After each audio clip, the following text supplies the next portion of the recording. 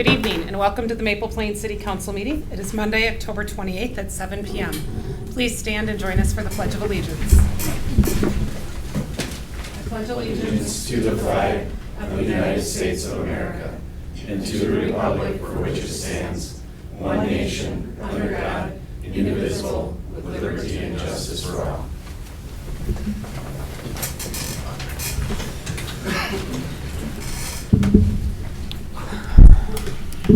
I am looking for a motion to adopt this evening's agenda. So moved. Moved by Councilmember Francis, Second. second by Councilmember Fay. Any further discussion? Hearing none, all in favor signify by saying aye. Aye. Opposed, same sign. The ayes have it 5-0. Next item of business is visitors to be heard. Before we open up the mic to that, I'm going to read our policy regarding public comment. Public comment is a courtesy extended to individuals wishing to address the City Council who would like to make comment on something that is not part of the public hearing. The public is invited to express any concerns they may have which are relevant to the affairs, policies, or practice of the City of Maple Plain. Speakers may approach the podium one time to make remarks that shall be limited to 3 minutes. Should you wish to participate in public comment, please state your name and address before addressing the council. All remarks will be made from the podium and should be made to the council as a whole. Personal attacks are prohibited, as are obscene, profane, and threatening language. Public comment is not a time for council discussion or response, but for hearing the speaker's concerns only. Questions to the council will be for clarification only. If necessary, a staff report on public comment subjects will be prepared for the next City Council business meeting. With that being said, at this time, we'd like to open the floor to public comment. I did receive one sheet, so I would like to invite Mrs. Lynette Ekdahl to the podium.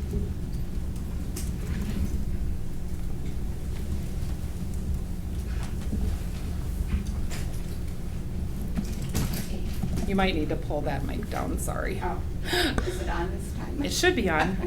Okay, first of all, I just want to do a correction of the 9:23 minutes.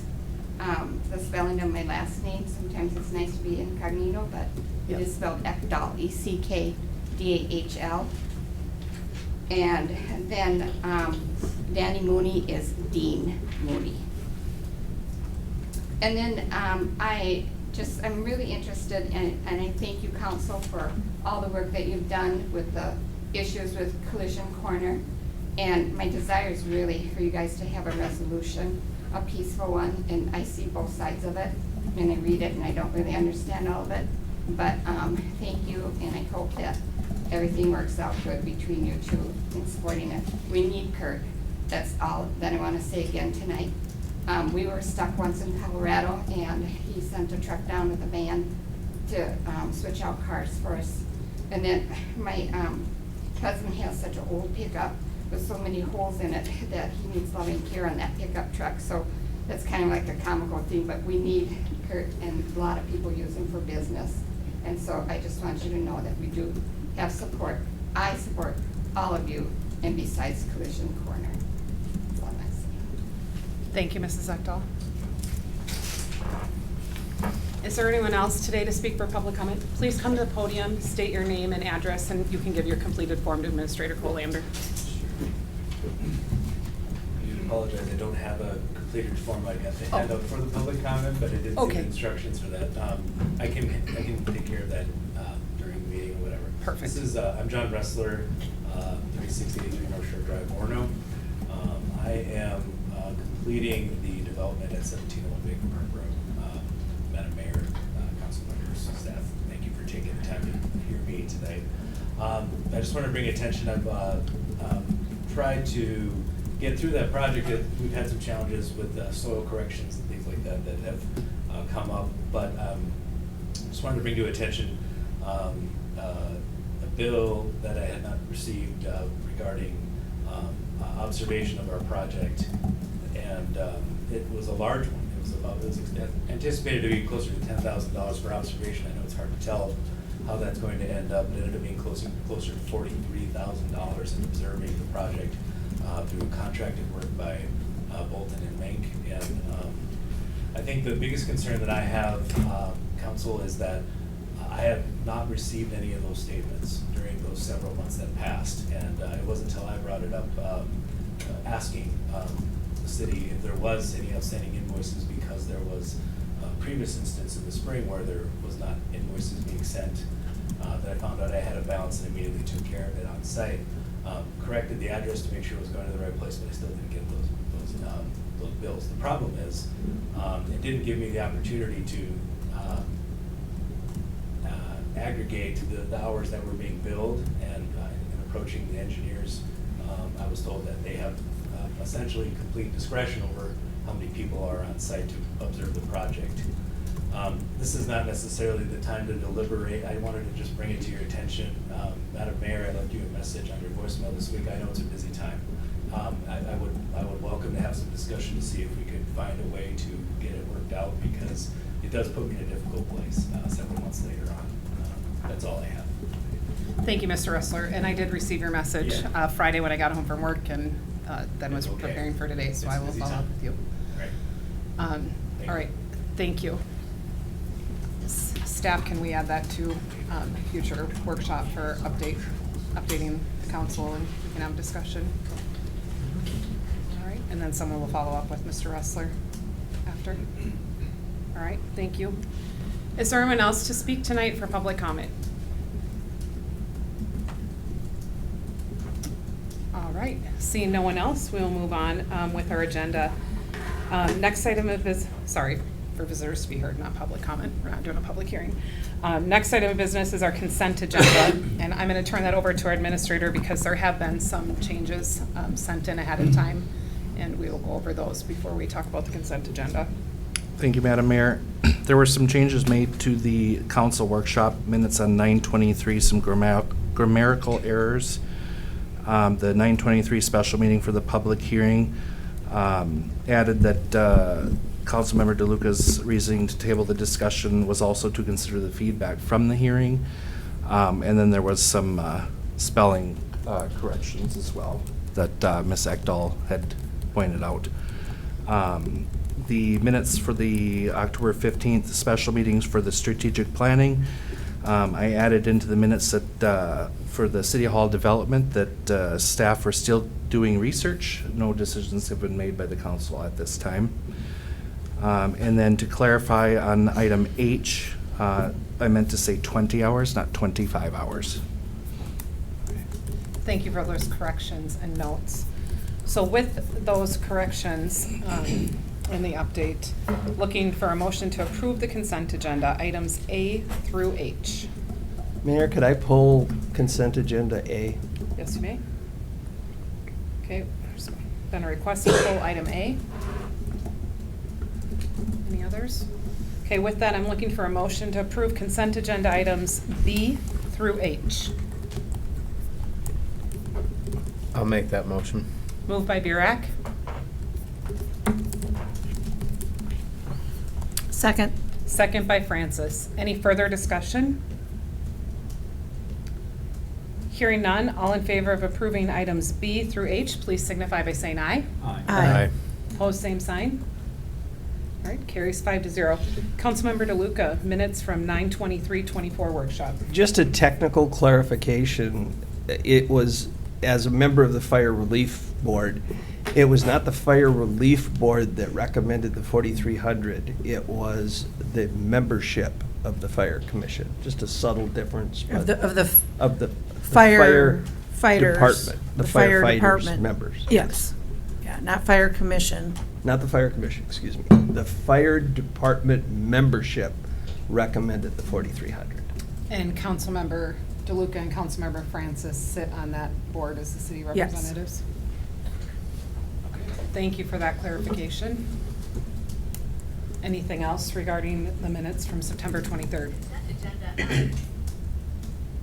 All right, hearing none, looking for a motion to approve the minutes from September 23rd. I'll make that motion. Moved by Councilmember Fay, Second? second by Councilmember DeLuca. Any further discussion or questions? Hearing none, all in favor signify by saying aye. Aye. Aye. Opposed, same sign. All right, the ayes have it 5-0. Next item of business to come before us this evening is accounts payable, and I will turn that over to Administrator Colander.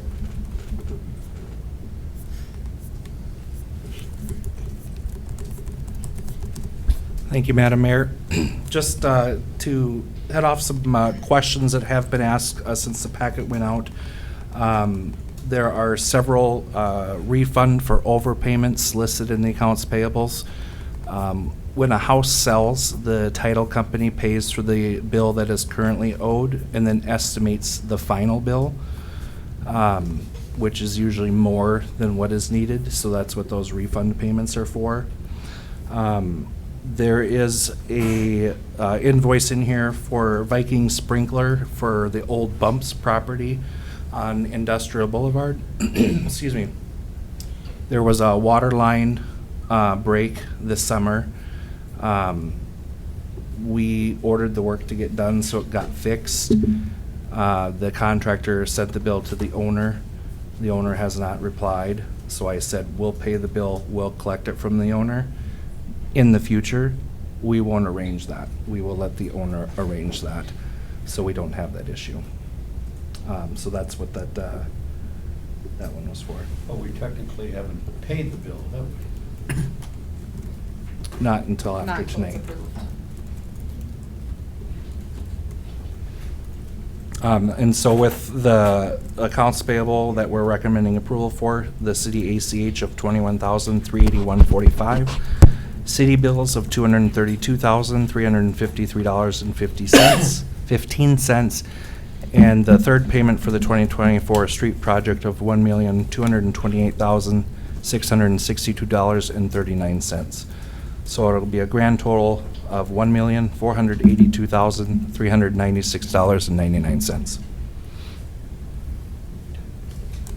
Any questions for staff regarding city bills, city ACH, or the street project payment? We'll take those in order. Any for city bills? Okay, any regarding the ACH? And any regarding the street reconstruction? I have one on the street Okay, reconstruction. Councilmember Fay? David, hello. There is a driveway reimbursement, $1,821 driveway reimbursement. Can you explain what that is?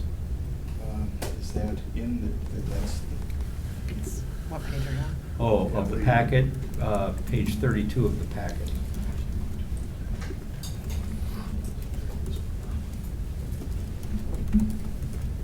in the payables.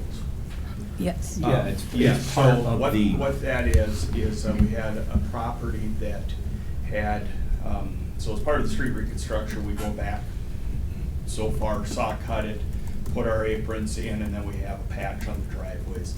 We had an individual that was looking to redo their whole driveway. Instead of having that patch in there, they requested that their contractor do the whole driveway, so it was continuous. So we calculated the unit cost, what we would have paid Keekly for the work that we had in the contract, and we reimbursed him for that. And then it's part of, so we paid him instead of Keekly for that $1,800, and then it becomes part of the project cost as it would have normally. And we had an agreement with the property owner, kind of laying out the details of what was expected and what it does and doesn't include.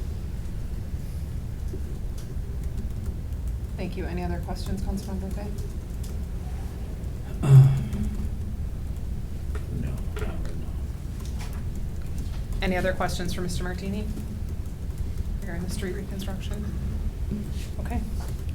With that, then, I am looking for a motion to approve the city bills, the city ACH, and the street project payment accounts payables. I'll make that motion. Moved by Councilmember Fay, I'll second that motion. second by Councilmember Burek. Any further discussion or question? Hearing none, all in favor signify by saying aye. Aye. Opposed, same sign. Motion carries 5-0. Next item of business this evening is our staff reports, and tonight we are fortunate to have all of our staff in person to present their reports. So in addition to the written reports, we'll invite them forward to give verbal reports. We will start with Chief Dennison with the Fire Department third quarter report. Thank you, Honorable Mayor, council members. Glad to be here. Glad to see you all. Just presenting a quarterly report tonight to talk a little bit about what we've been doing for the last few months at the fire department. And in your report, I've listed just some of our call information in there. And this information would be to the end of September 30th. So July, August, and September. And year to date, at the end of the month of September, we're at 279 calls for service. And on the report, again, you can see the majority of the calls that we're going to are some sort of EMS-related type call, and then also alarm calls. And looking at statistics from last year, we're pretty much right on pace from where we were last year, a little bit ahead. Again, at this time, when I looked at it, we were at about 10 or 12 calls ahead at the end of September this year from where we were last year, so pretty close to on pace there. I listed out again where the calls are occurring and have that information in there for the cities of Independence, Maple Plain, Medina, and then also the Three Rivers Park District. And again, you can see the numbers of the City of Independence, 48 EMS calls, 21 alarm calls, the City of Maple Plain, 110 EMS calls, one fire, which we'll talk about in a little bit in my report, 12 alarm calls, and then the City of Medina, 5 EMS calls, an alarm call, a couple of fire calls there, and then Three Rivers Park, kind of the same, couple of EMS calls, not too much in the parks that we go to. Moving down a little bit farther in my report is just hours, and this is one thing that I know Councilmember Fay has asked me a couple of times, and I'm trying to figure out with our records management system how to split out these hours, because I think this is important. But for now in my report, I have total training and administrative hours of 1,899 hours, and then the total incident hours, so hours that we spend on calls for all firefighters that come to calls, is 2,206 hours. So, haven't forgot. I'm trying to get that, get this program to glean those hours out separately so that we can report that. Okay, next in my report is talking a little bit about training and some of the training that we've done this summer. And a little bit for us is back to the basics. With the beautiful dry weather that we've had all summer, it allows us to get out and do some training outside. And we've been trying to focus on some of our basic fire response, both in an urban setting, like in Maple Plain where we have fire hydrants, but also in the areas of Independence and some of our rural area where we don't, and to practice some of our portable water supply in bringing tankers or shuttling water to locations and then setting up a dump tank operation, if you will, where we take that water from a tanker truck, put it into a pool on the ground, and then draft that water out with our pumper truck. That's the way that we operate when we get out again into a rural setting where there's no fire hydrants and we have to haul or shuttle water out to those locations. So again, July's training we spent on some of that, some driving, and then also we did some car fire and forcible entry training. Some of those trainings that we use for car fires, and I know that a couple of you commented to me about the car fire training, which is awesome, and I'm sorry, I don't mean to take up a bunch of time, but some of this is fun to see and hear about, especially if you drive by the fire station and see what is that burned up car sitting outside on a trailer out in the parking lot. And it's a company that we use called Customized Fire Training. They're awesome to work with. They provide so much training for us to the fire department, and they will bring in equipment like this where they have a shell of a car that is pre-plumbed with propane fuel. They want an engine fire, they can turn on the valve that sends the gas to the engine compartment and make that area burn and simulate a car fire that is burning in the engine compartment. The firefighters can approach it then and go and extinguish that fire. And again, it's not exactly like it would be in a car fire because the person running the gas valve determines when they've done, used appropriate tactics to go up and get the hood open and to put some fire on there. So again, pretty good, realistic training with advancing a hose line onto a car with some heat and some good fire. And again, awesome summer to be able to spend outside and do some of this training. So, and then we moved into August and did some confined space training. And we have several pieces of equipment that allow us to do some in-depth, no pun intended, confined space training. And if we have somebody that goes into some sort of storage container, storage tank, down a manhole, into a tunnel underneath a building or something, we have tools and equipment that are specialized for going in and rescuing people. Someone that might either be trapped or having a medical emergency in one of these situations that might be part of their job to go into these confined spaces. And we have the tools and equipment to go in and rescue these folks if they get into some sort of peril and need to be brought out. And along with that also, and appropriate timing, we also have equipment for grain bin rescue. And it seems like every year we hear on the news a story or two where somewhere as we get through harvest time, where somebody's in some sort of a grain bin where grain is stored, it's offloaded, somebody goes in because there's something that is plugged up, won't go down or whatever, and then they get sucked in or consumed into the grain. And to some level become buried or trapped into this. And again, we have equipment that we can go up into a silo or into a grain bin and put equipment around them to help rescue and extricate them from a situation like this. So again, that's kind of what our training is made up in the last 3 months. So I prefer the corned beef. Scott, you want to take over the training? Yeah, I don't know. I don't know whose phone that is. It's mine. Is this all of a sudden started? We're all good. Turn it off. It's weird. All right. listening. We'll just keep moving on here. As we wind down with construction season, it's great to see a lot of projects coming to a close, especially a couple of them that have affected our city proper for sure. Independence Street, not too bad. I think we got through that. The Bryant Street and through that area probably as a fire chief made me the most nervous, just because of the large amount of population in that area. And there were times that it was completely impassable. And again, trying to plan alternative ways to fight a structure fire if one of those houses that are completely unattainable by driving to it, how we make a plan for that. Luckily, no problems at all. Best laid plan is one never used. So having that plan and having that, we were prepared and thankfully didn't have to use it. And our neighbors to the north, it's awesome to be able to drive through Loretto. So I'm so glad the County Road 19 project is wrapped up. So, amen. Right on. Talk about a little bit of equipment. We have ordered a Polaris UTV, and that has been in the works. It's been taking a little bit longer to get here. The manufacturer of the skid that goes into the back of this piece of equipment, which contains the pump, the hoses, and the water tank, has taken a little bit longer to manufacture and get to us. But we finally have taken delivery to that, and it is in the process of getting together. And we are hoping that the middle of November, we should have that and have that in place and ready to go. The last piece of equipment to go onto it is a track system. So for independent tracks in place of the tires, to be able to access areas a little bit easier, especially mud, snow.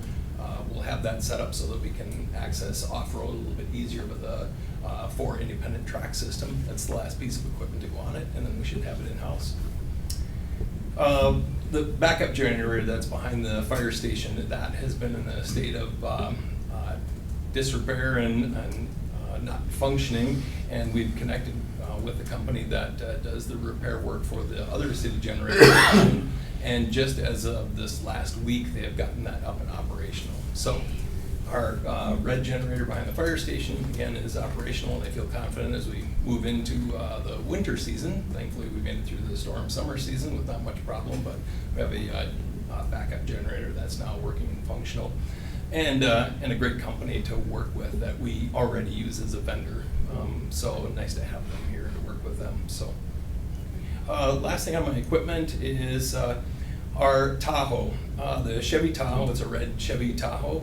It's the car that's currently assigned to me, is at a point of needing to be replaced. And so I bring that up to let you know that's something that I'm working on, looking at what it's going to take to replace it. The vehicle is a 2011 Chevy Tahoe with about 126,000 miles on it. It came to us from the police department as a police chief's car. So someone else drove that car pretty hard. And, He hardly ever drove. yeah. But it's getting to a point where it is showing its age. Mechanically, it has a few things that need to be addressed that will continue to be more and more. The body has got rust on every corner and probably lines in between all of those corners that would match up the rust equally. The door pins are wore out, so you have to close the driver's door 2 or 3 times to make sure that you get it closed.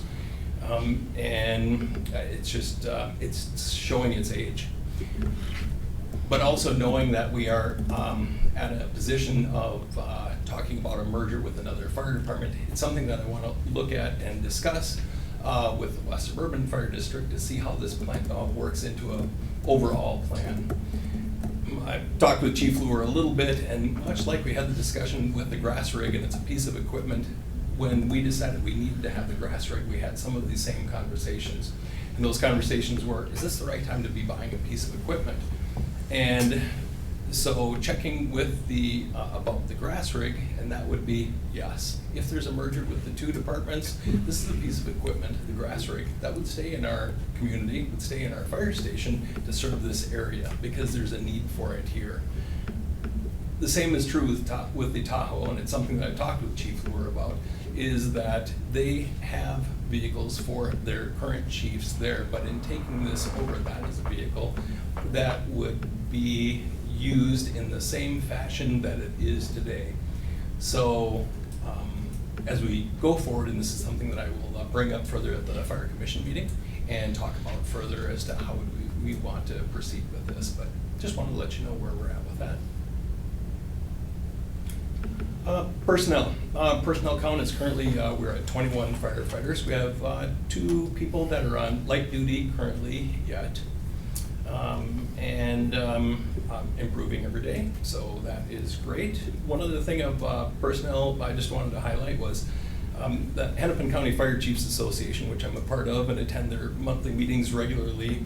They started a new tradition. On September 19th, they asked for all of the chiefs that are part of the association to invite the past chiefs that have been involved with this association to a breakfast to reunite, if you will, a lot of the chiefs that were a part of that association. And so I invited all of our former chiefs of the Maple Plain Fire Department to come to this, and I was lucky enough to be joined by 3 of the past chiefs, and great thing, something that was very successful. And again, for camaraderie and just getting to see everyone, and I hope they continue this as a tradition going forward. So next thing I have on my list is the merger with the West Suburban Fire District. We're still moving forward discussions with them. On September 9th, we had a meeting with legal counsel and city administrators to give some ideas that the City of Maple Plain and Independence would like to consider for contractual agreements regarding service, equipment, dissolving the JPAs, if the merger took place. And then on September 30th, the Maple Plain Fire Department Fire Commission held a special meeting to further the discussions with the West Suburban Fire District. And that's a meeting that I invited Chief Jeff Luer from the West Suburban Fire District to come to. He came to that meeting and brought along several of his board members from the fire department to hear, I think, right from the Fire Commission, the high level of commitment that the Fire Commission, the commissioners representing the 2 cities of Maple Plain and Independence have moving towards a fire merger with them. It was, I think, coming out of that was a great discussion and great opportunity both for the Fire Commission to ask both Chief Luer and also his board members some questions, but also for the board members to get a feel and a flavor a little bit of the Fire Commission, and again, the commitment that we have moving forward to move towards a merger with their fire department. So it was a very good meeting. A couple of things that I continue to work on is some providing Chief Luer with some information regarding our number of calls that we've been responding to for the last 3 or 4 years, roster of our firefighters with years of service, and then also discussing a little bit about the Relief Association, so he kind of has an idea as to where we're at with our Relief Association and what's happening with that. So that's where we're at, basically, with the merger with the West Suburban Fire District. Getting towards the end here, just have a list, and I certainly won't go through them, but community events and happenings that in that third quarter that the fire department participated in, that were things outside of just our regular firefighting duties, like responding to calls or situations like that. These are purely community events and things that we do, again, in the public, such as the Polo Classic, the Night to Unite, Long Lake Corn Days Parade, 4th of July Parade, and several other events that you can see listed on my report there. And the last couple of things, I just want to talk about a couple of significant events that we have in the last quarter. And one of them was out on Copeland Road, and it was at a private residence out there where on September 17th, about 11:18 a.m., we get a call of a person that had taken a fall. And during that fall, they fell into, so it was a person that was a painter, and they're up on a step ladder, 6-foot ladder, 3 steps up. They're outside painting window trim around the window on the outside. They stumbled and fell off the ladder. As they fell off the ladder, they fell into some shrubbery. Some of the shrubbery was dead and dying, and there were some sticks protruding up from the shrubbery that had been cut off by the gardener.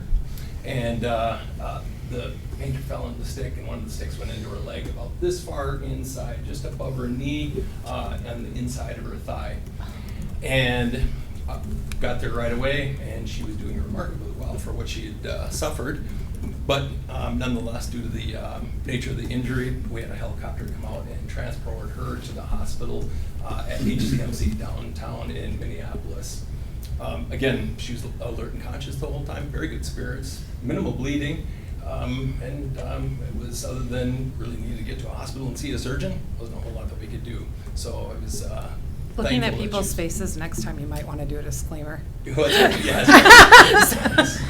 I'm Sorry, Chief. I'm good, but I'm seeing some that might not be, and I don't want to clean anything up, so. I was considering that mild. So- Right. Perfect. The last thing I have on here in significant events is at 5297 Manchester Drive, where we had a structure fire there on August 8th at about 10:30 in the morning.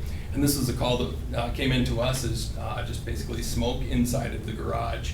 And so that would be a simple alarm for us. Nobody else is called. We would handle that ourselves. And Operational Chief Brett Kauser, he responded directly to the scene. He was the weekly duty officer, so he went there to investigate first, while everyone else mustered at the fire station, got the trucks, and was on the way to come over. And when he got there, he started investigating around and did find some light smoke coming from one of the tuck under garages. But then when he got inside, there was actually quite a bit of smoke inside the residence, and enough to concern him that there was a fair amount of fire in this building. And if you know this building, it's a fourplex over on Manchester, kind of by the Manchester Apartments. And so he, what we call, raised the alarm, which brought in our neighboring agencies of the Mountain Fire Department, the West Suburban Fire District, and Mutual Aid. They would bring personnel to the scene to help us extinguish the fire and then do some overhaul and ventilation. And they got the neighboring departments got there, assisted us with getting in. We got in and extinguished it, and the Hennepin County Fire Investigation Team came and helped us with investigating what the potential cause was. And I don't think that we have a definitive cause of anything that's come back yet that I know of, but it looks like it pointed towards an area where somebody was smoking in the garage, and that was potentially what would have caused the fire there. And like I said, it's still with the fire investigation team to find out if they're going to ever find out what happened. I will end there. stand for questions. Sorry, such a lengthy report. Any questions for Fire Chief Johnson? Councilmember DeLuca. Chief, as I've asked in the past, how many of your calls have mutual aid been given out, and how many of your calls has mutual aid been received during this quarter? I don't have those statistics. I will tell you that we give more aid than we receive. And a lot of that is we just don't have nearly the call volume that our neighbors do. And our neighbor departments have a tendency to call a fair amount. We say call early and call often to make sure that we have the help coming. I'd be interested in seeing those numbers at some point. Perfect. What's going in and what's going out, Okay. just I can- as data points. For sure, and that's something that we keep, so I can. Thank you. Any other questions for Chief Johnson? All right, well, before you leave, because I know you leave to go to training, which we appreciate, just want to acknowledge that today is National First Responder Day, so thank you to all of our first responders, fire, police, EMT, and we do especially appreciate our hometown heroes and all of the first responders who serve and protect our communities 24/7. So thank you to you and your families. We appreciate you. Thank you so much. Thank you for your time. I appreciate it. Thank you. Stay for the new business, just Oh. to make sure there's no questions. Awesome. Okay. Well, sorry, I could have waited till after the next one. All right, next I'd like to invite to the podium West Hennepin Public Safety Director, Chief Gary Krales. Honorable Mayor and Council, included in your packet is the September 24 activity report for West Hennepin Public Safety Department, and I couldn't help myself but to say, as a joke, do you have any questions? Okay. Through September, we've handled 3,487 incident complaints, and in September, 233 were in Independence, 124 were in Maple Plain. I'll highlight some cases for Maple Plain. If you have any questions, feel free to ask. September 1st, a domestic 5200 block of Bryantwood Drive, Maple Plain. Dispatched to that on a check welfare. Reporting party was saying their daughter was being abused in an abusive relationship. We arrived on scene and we spoke to the victim, who advised that she was assaulted by her husband when she was sleeping, and that she was kicked in the back of the head. The suspect had fled before we arrived, and a warrant was issued for his arrest due to previous domestic assault convictions. September 6th, 1500 block of Wyman Avenue, the old Haven Homes building. We're dispatched to possible juveniles attempting to enter the vacant building. We responded. The alarm was sounding. We checked the exterior of the building and found a door unsecure again. We cleared this building and re-secured the door. Just to note, for the council and for the citizens, we've got some young, active TikTok / Snapchat people in our department that have different reels that they see, and the old Haven Homes building has become the haunted nursing home in the TikTok world. And a lot of kids are posting, go to the haunted nursing home in Maple Plain, and then kids are walking through it, which has preempted a bunch of other kids wanting to come into the community. We worked with staff and making sure the building's secure. We put trail cameras around the facility that goes directly to the officers if anybody's around the building. And we've probably dealt with 3 different young juveniles that we've caught either in the building or about to go into the building. 14, 15-year-old range, and most of them local, worked on diversions with their parents, but proud to report that it's really kind of calmed down. I think the word got spread around, like, stop going to the Haven Homes on the TikTok world and Snapchat. So you see, when I had my staff look into it a little bit more, there's quite a few properties in the area, not only in our city, but around the area, that are kind of on these reels of haunted, and it just kind of attracts kids to go there and just see what they can see, especially around Halloween season coming up. September 13th, domestic 4800 block, Highway 12 in Maple Plain. We're dispatched to a female hitting a male at a local establishment. Arrived on scene and we spoke with everybody involved. The female was hysterical and was obviously very intoxicated. And speaking with many witnesses, they all advised the female was physical with the male, and the male was just protecting himself. Female was issued a citation for disorderly conduct. Some of you may ask, well, it was a domestic, but you only issued a disorderly conduct. Domestics are between family members, and these particular people were not family members or acquaintances. They were mere friends, and alcohol sometimes gets the best of some people, and she was issued a citation for disorderly conduct. September 19th, 5400 block of Bryant Street, Maple Plain. Suspicious vehicle in the area. Arrived on scene and found the vehicle parked near the construction site of this area. Checked it. We checked the vehicle thinking it has to do with the kids at Haven Homes, the old facility again, and it was just likely a construction vehicle. And then September 28th, we had a shooting complaint, 1800 block of Baker Park Road. Dispatched to that area that the reporting party heard 20 gunshots. Just happened to have an officer in the area at the time on patrol, windows down, and heard the same noise disturbance, and it was clearly fireworks that were let off and not shots fired, so we cleared that one fairly quickly. Just some other interesting things. September 16th, Chief Dennison had talked about the gal with the stick in her leg and that Air Care landed. Just ironically, the night before September 16th, we had our first responder training at Maple Plain Fire Station, so police and fire were there. And one of the trainings was how to properly land Air Care or the helicopter for North Memorial. And we just jokingly said, you just kind of jinxed us of having this training. And that day we actually landed it twice. Once in the morning for a severe crash at 24 in Homestead and Medina, where a semi T-boned a vehicle, and then an hour and a half later, this gal. So the training came to good use. October 1st, Gabriella Williams started for us as a new police officer. We're excited to have her on the force. She's been obviously during about 1 month of training. And October 14th, Avery Freeman was our IC Poet Grant candidate. So he began his college training at Hennepin Technical College for an officer, and he'll go through that for 5 months. And then hopefully in March, April, he will then be certified to be a police officer and join our force. And we're finishing up our process for our second sergeant process, which will be announced tomorrow. Happy to answer any questions if you have any. Questions for Director Grouse? All right, thank you for your service. Next, I'd like to invite forward our city engineer, Mr. Martini. Good evening, Honorable Mayor, members of the council. You have our report in the packet.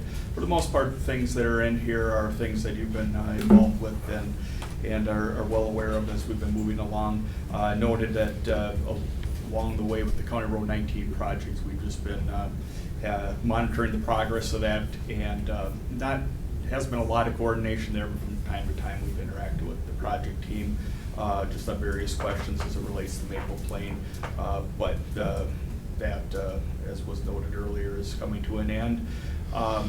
Been working on various development reviews, pretty much the things that Mark works on and reports. There's usually an engineering component to that we chime in on.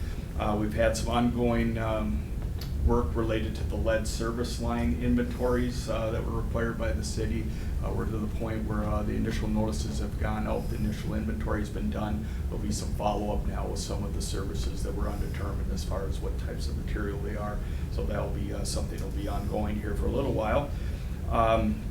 As you're well aware, we've been working on the code update as it relates to the sump pump connections, and then we've had a property on Three Oaks where we were working with them on actually making a connection point for their sump pump discharge. We talked about at the last workshop some of the inquiries neighboring communities as it relates to water service with Maple Plain. So some initial work was done on that. The direction at this point is if neighboring communities are interested in knowing if there's capacity to potentially serve some areas outside of the city of Maple Plain, they're welcome to look into that issue at their expense, and we will proceed accordingly with that. A little bit of coordination with city staff related to the capital improvement planning that is always ongoing. And then coordination getting quotes for the additional street work that we're looking at on the west part of Independence Street on the west side of Bud, and then Main Street and those couple side roads north of our street reconstruction project on the south side of the town, doing some paving work there to extend the life of those pavements. The wellhead protection plan work is continuing to move along. We're to the point where here in November we'll be submitting the draft plan to the local LGUs, giving them a chance to comment on your plan. Once that review period is done, we'll be looking to schedule a public hearing with the city in January to keep that process moving. Once that's done, then we should be at a point where we can submit the final report to the Department of Health for their review period, and everything goes accordingly, have that approved and implemented this spring. And then the street project, I won't spend a lot of time on this. We have a couple action items on your agenda here later as it relates to the process associated with assessments. But as I'm sure you've seen around town here, we have the Independence is pretty well buttoned up now. They hydro-seeded that ponding areas. You might have noticed on the south side of town now we're at the point where some driveway work and restoration is really what's left to get us into the winter months. The Rainbow Park parking lot work is done. And then we have the Howard Avenue Melon overlay, which actually is a wearing course, so we're going to do that next spring when we do the rest of the wearing course on the remainder of the project. So that will still be hanging out there. With that, I'd be happy to answer any questions you have. I have two questions, Mr. Martini. Yeah. You noted in your report, and again tonight, that the Rainbow Park is done. So the parking lot is done, the curb and the paving. Are they planning to bring in the dirt? And Yes, the reseed? restoration will happen with the remainder of the restoration on Okay. the street portion. I just wanted to clarify. Yeah, I'm like, it's not done. The hard components are done, but the restoration still needs to be completed. Okay, Correct. great, thank you. And then also in reading under miscellaneous service, the second point, the letter of credit reduction review for Baker Park Villas. Yep. I'm assuming that was related to Mr. Ressler, who spoke earlier tonight. It's the same project, and Mr. Ressler and I have talked. You have I talked. understand his concerns related to the engineering time on the project. We did spend some time going through, looking at that in detail, and provided Jacob some of that information. So Okay. I mentioned Mr. Ressler. I'm sure we'll continue to talk about that. It looks like he's gone now, but happy to help, I guess, talk through the time that was spent out there kind of as it relates to the construction activity that was going on. It was a pretty extended project, which still is going on. It started about a year ago now. So Right.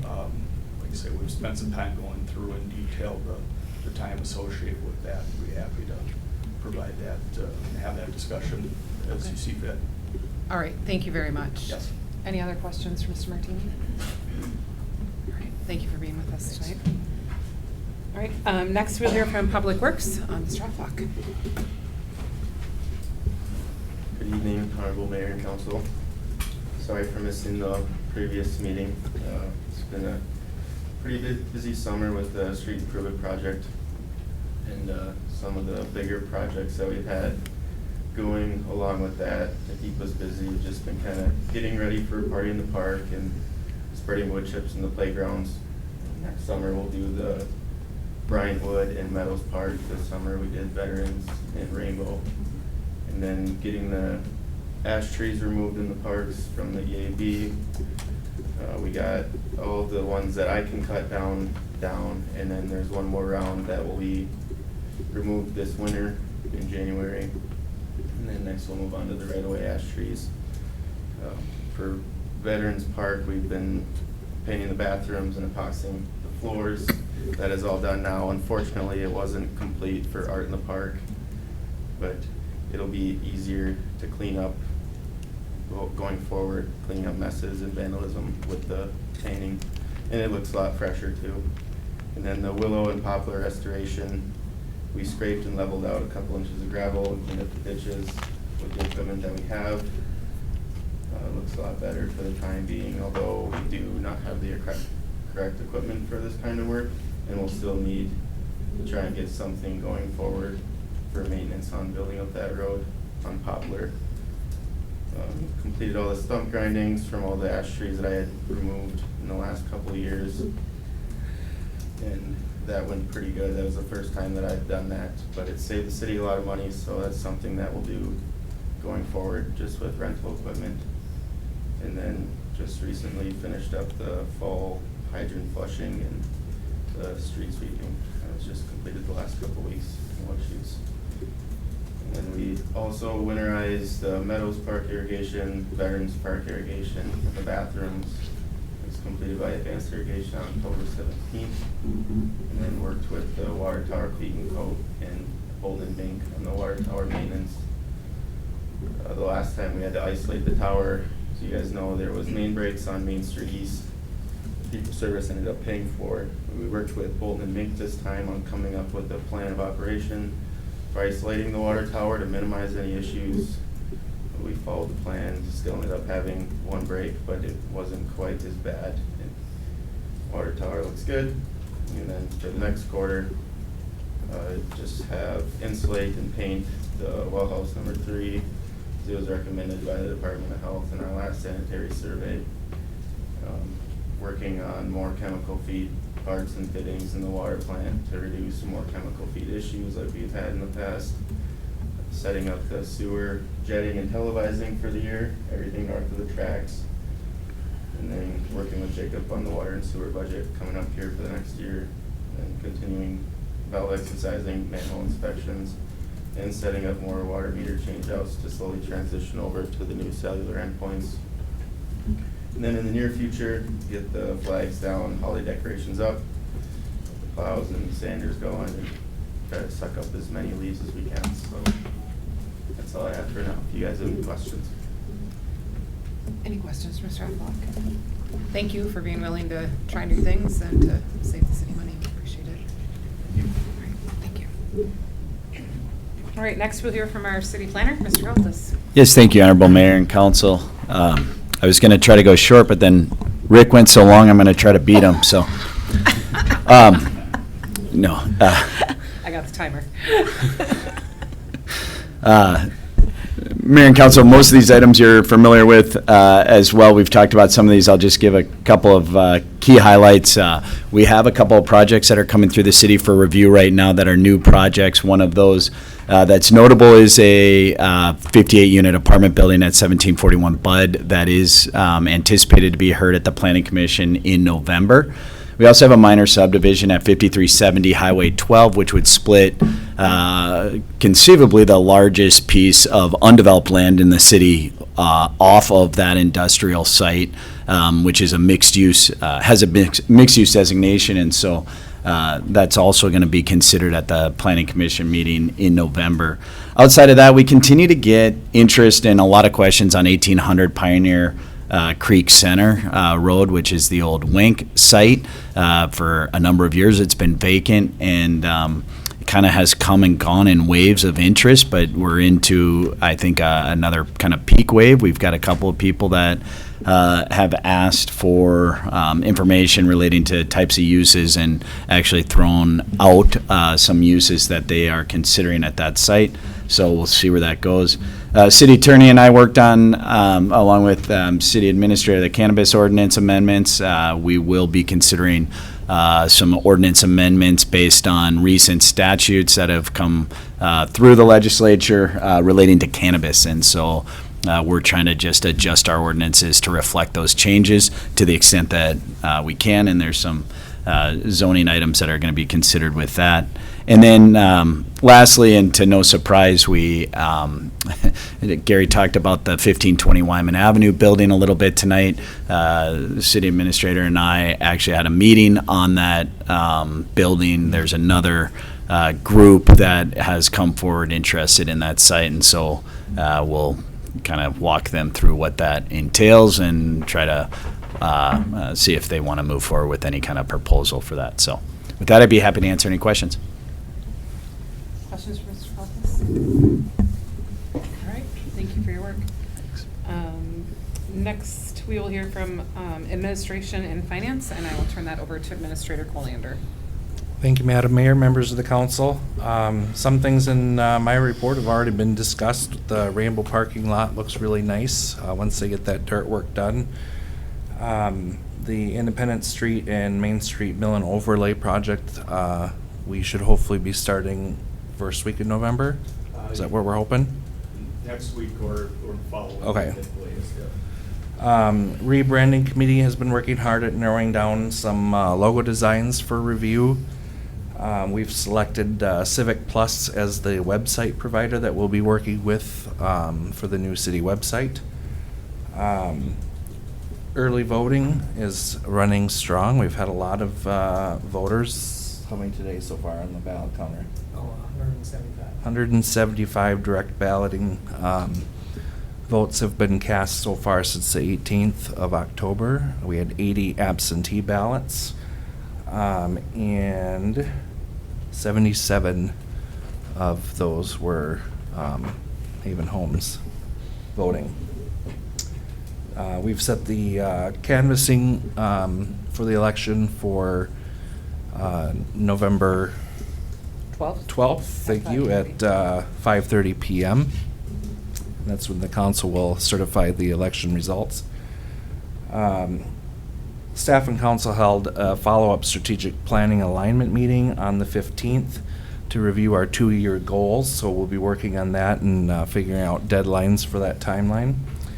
And then coming up here, Monday, November 18th, will be the property assessments for the 2024 street project. That meeting will start at 7 o'clock. And as always, stay tuned to the city's website for further details about the project. You can also sign up there to get notifications as they come out. The Abdo, our finance company, will be presenting third quarter at the next business meeting. I've included the September's bank reconciliation for the council to review. There is a question on the, now I'm going to forget it, the negative balance under code enforcement.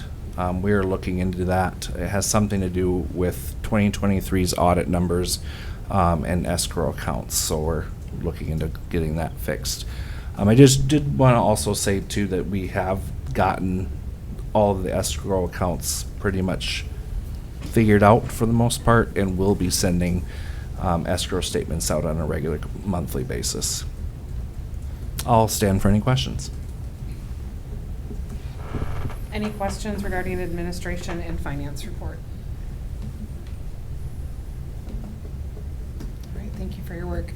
Hearing none, I'm looking for a motion to receive all of the staff reports tonight, letters A through F, in writing and verbally. I'll make that motion. Moved by Councilmember Burak, Second. second by Councilmember DeLuca. Any further discussion or questions? Hearing none, all in favor signify by saying aye. Aye. Opposed, same sign. Motion carries 5-0. All right, then we'll move on to new business this evening. First item of new business is collision corner, and I will turn that over to Administrator, actually, you or Mark? Administrator Colander. Thank you, Madam Mayor, members of the council. At the last meeting, we held a public hearing to consider the revocation of the IUP that was given to Collision Corner. At that time, council tabled that so we could reflect on what the public had to say at the public hearing, and then review what that IUP would look like, what Kurt's business would look like without the IUP. Myself, City Planner Mark Kaltis, and City Attorney Landsman were able to sit down and go over that, and I'll let Mark kind of explain that. Thank you. Honorable Mayor, Council, I was asked to just put together a city kind of a baseline for what use would be permitted at the subject property should there not be an IUP any longer on the property due to revocation. And so I went through the historical files as well as going back through the stipulation settlement agreement which did provide for quite a bit of the baseline information that we needed to look at. Essentially just kind of high level, the status of the property if the IUP were revoked would go back to the use of the property prior to the time of the initial or original conditional use permit being granted. So that goes back to 1985. We looked at the existing zoning of the property at the time that that occurred, and then we looked at the subsequent uses permitted within the zoning ordinance, and I included the zoning map as well as the zoning ordinance in the packet just for context and information. But essentially that property was Zone C2, Highway Community Commercial District. The use of the property at that time was considered therefore a lawful non-conforming use. And so within the information that we have available, there's kind of two pieces. One is the settlement agreement, and that defined in paragraph 13 the rights concerning the lawful non-conforming uses of the property, and it's spelled out that the uses that were lawful non-conforming at the time were indoor auto service and indoor automobile sales, and then it goes on to define what that looked at. And so with any revocation, it would take the use of the property back to pre-conditional use, any kind of pre-conditional use or any kind of post-conditional use status. All conditional uses were taken away and replaced with the interim use at the time that was granted and the settlement agreement was signed, so there are no lingering or outstanding or CUPs that would the use would revert back to. And so with that, the use of the property would be as noted in the settlement agreement, which is the lawful non-conforming uses as of 1985, which is indoor auto service, indoor automobile sales. We did try to put together just on that same level what the kind of the parking limitations are on the property, as well as storage and things like that. So if you're talking about just indoor storage, indoor sales, then there would obviously be no outdoor storage, no outdoor sales permitted as a part of the use. And so with that, the use at the time of the original granting of the conditional use did spell out some parking on site. They had employee parking and customer parking designated. I tracked that back to what I believe to be 9 parking spaces that were permitted as a part of that use, and so I labeled that on the plan. This is based on kind of historical site plans as well as other information that we pulled out of either meeting minutes or things of that nature. And so with that, the allowable uses would be, again, stated in paragraph 13 of the settlement agreement. What that would prohibit is then outdoor storage, outdoor sales, outdoor service, overnight parking, auto body repair, collision, and everything defined in the settlement agreement, and then parking limited to those spaces that are identified on the plan. And I noted in there that doesn't include any overnight parking behind the building or any parking at all on boundary, which wasn't conceived at that time. That I'd be happy to answer any questions. I did. Scott is here as well. He and I kind of went through some of this historical information with Jacob and tried to just put together this information for council.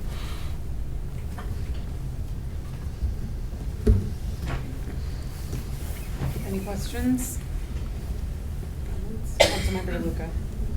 And I don't know if this is directed at Mark, you, or Scott, but if we go back to pre-CUP conditions, how do we reconcile current ADA parking guidelines?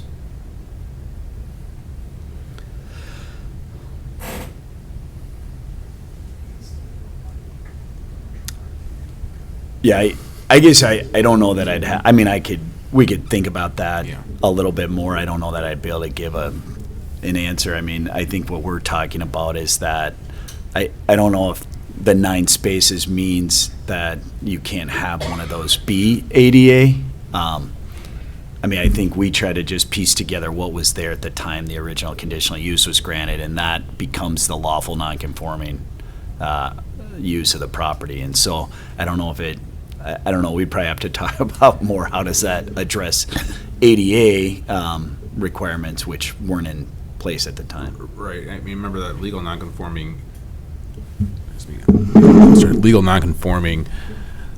property rights are a result of zoning changes and legal changes, and so what we have to do is go through an analysis to figure out if there are something beyond zoning that would apply, and whether or not, because of its legal nonconforming property rights or use rights, would it be exempt from it? So that's something, I don't think we could answer that right now, but I think the purpose that we're looking at here is, without the IUP, what is the use that's there?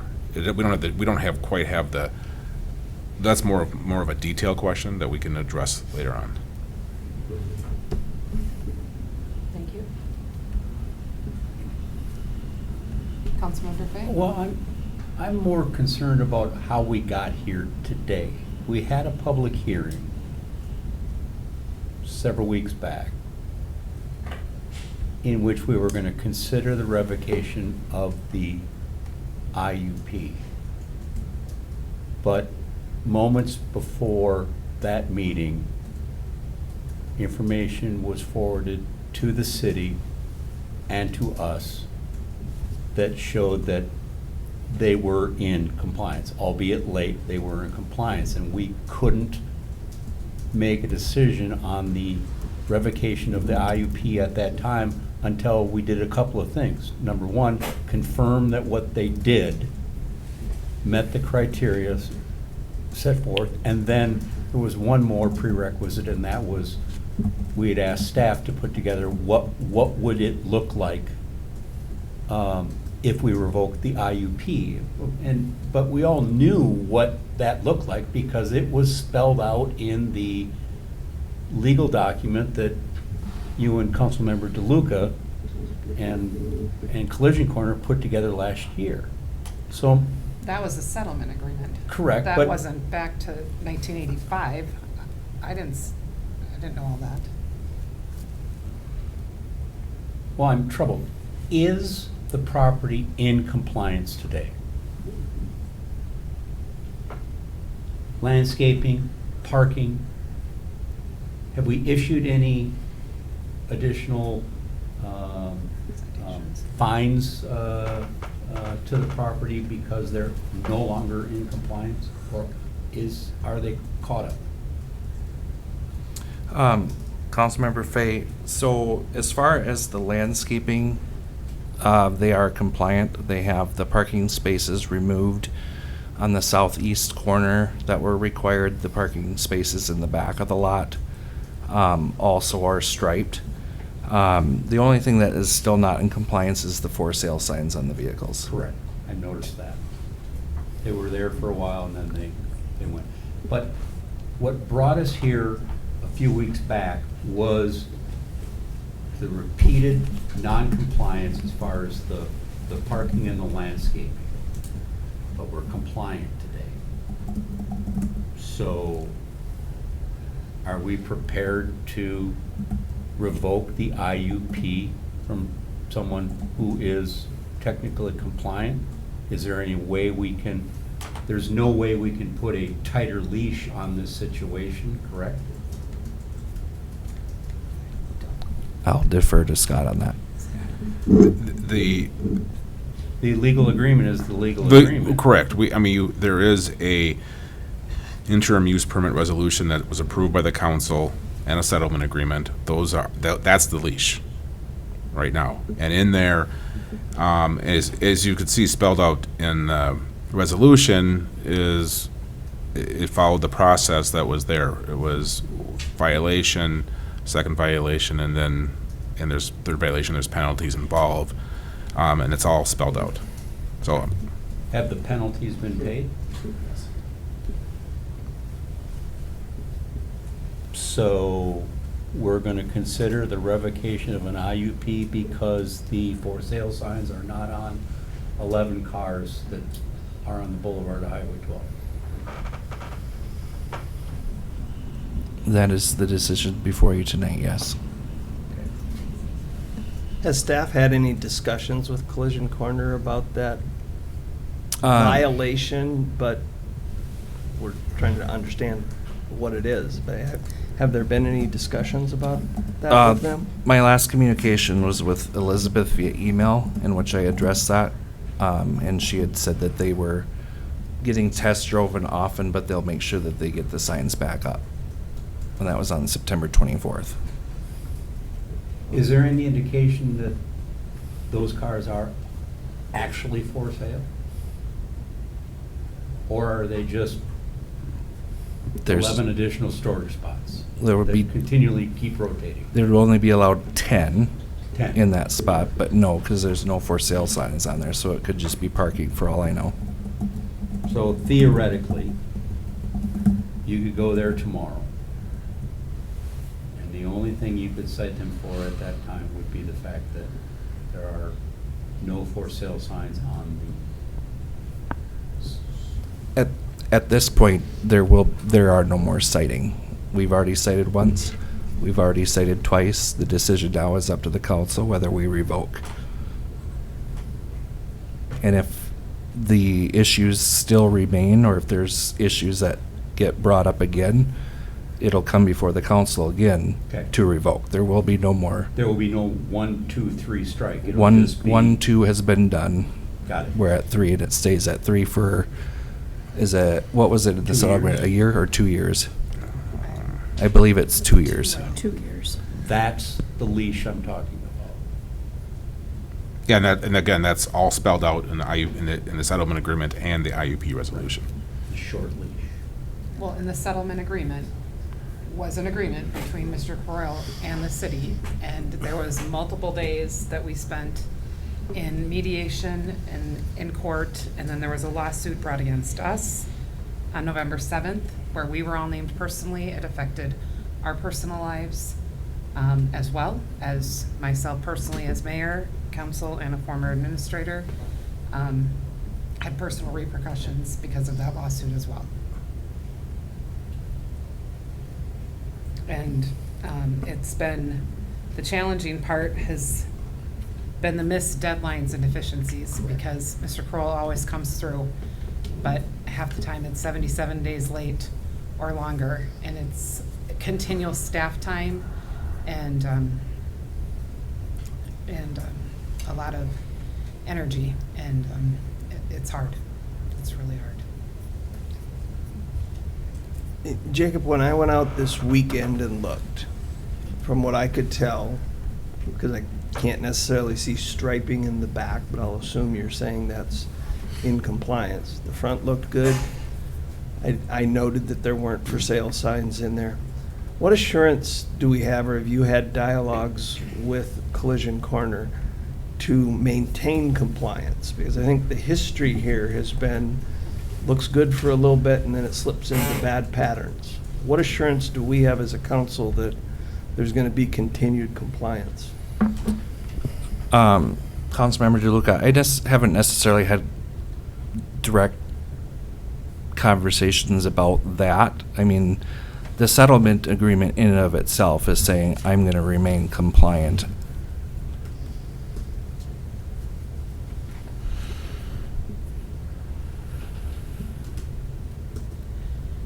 So every time then there's a violation brought to staff going forward, then it comes back to council to decide whether to revoke or not. Because we've already had the 2 strikes that were agreed upon in the settlement, Correct. in addition to all the times before. Correct.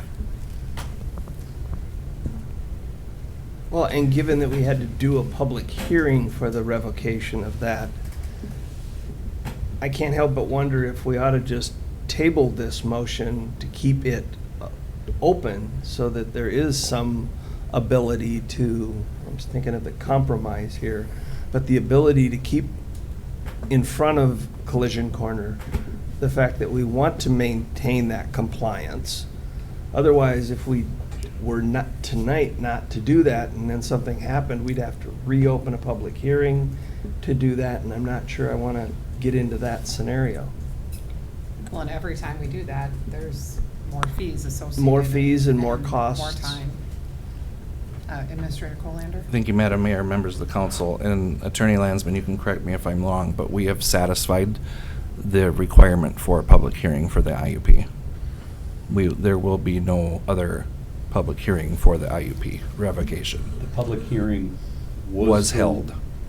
Right, But I thought we tabled that. hypothetically speaking, if we don't revoke it tonight, and then if there's another violation and it comes back to revocation, do we have to have another public hearing? What are the legal requirements on that? I'll And then refer we to stay- Scott. Yeah, Madam Mayor and members of the council, let's take both look at both issues. One is, can you table the matter, have it continued indefinitely, so that it can more easily be brought back to the table? And there are no time constraints for this action, like there would be for development under 1599. So the city does have the ability to table. It's not that uncommon to do that, to provide time, I guess, for that compliance, if that's what you're looking for. So that's one part of it, and the other is whether or not the public hearing is required. Another public hearing is required on this matter. The public hearing requirement is there because there's a property right and you have due process. Arguably, you could say that this public hearing is based on those items that are in the findings of the resolution that's before you, based on the 3 violations. If there is a subsequent violation that has maybe some different facts, then arguably you would need to provide that opportunity to be heard by the property owner. I always err on the side of conservative side, is the more due process, the better. Right. And again, even if you table it, you may still want to, make that choice or decision if it's been long enough, or if there's different fact patterns to even open it up again. Oh, and if there's a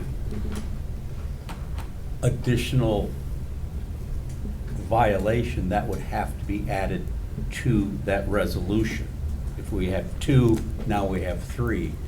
If the basis for the revocation Is a new violation. is modified, changed. Correct.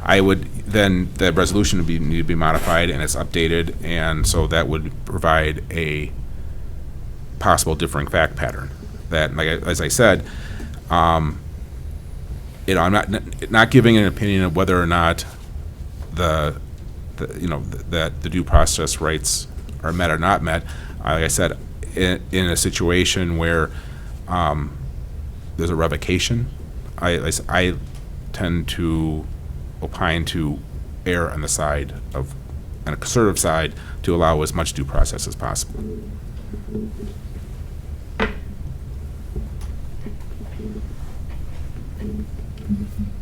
Thoughts? I have one thought. I know that this is a long process and a long issue well before I got on the council. And I'm going back to, we gave them 5 days to get in compliance. Then we slapped them with the first thing on the 10th, 10 days later. Giving somebody 5 days to get something done, I just look at that as, if we have to go back or deal with this again, that could be looked at as we didn't give them enough time to start with. I know we set move the goalposts, but when we made that decision to accept it, that was when we put that date in there. and that was 5 days, 5 business days later to have it completed. So, if we have to go back on anything, I think that that could be something that would be used negatively against us.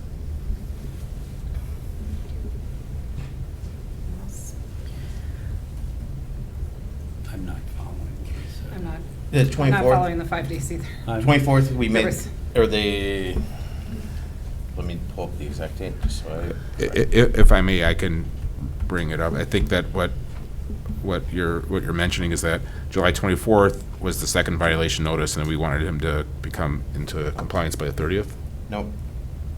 June 24th, we put together to bring it, the request to bring it in full compliance. And that was the meeting that we voted on it, correct? June 24th? So that he had 5 business days to pull it in compliance from when we left that meeting. When did he sign the legal agreement that said he would comply with that? Last year. Yeah, November. Last year. It's not 5 days, it's 6 months. Yeah. We extended it even. We further. extended, and that's when we accepted the IUP, correct? Listen, without question, I was prepared to vote to revoke the IUP at the last public hearing.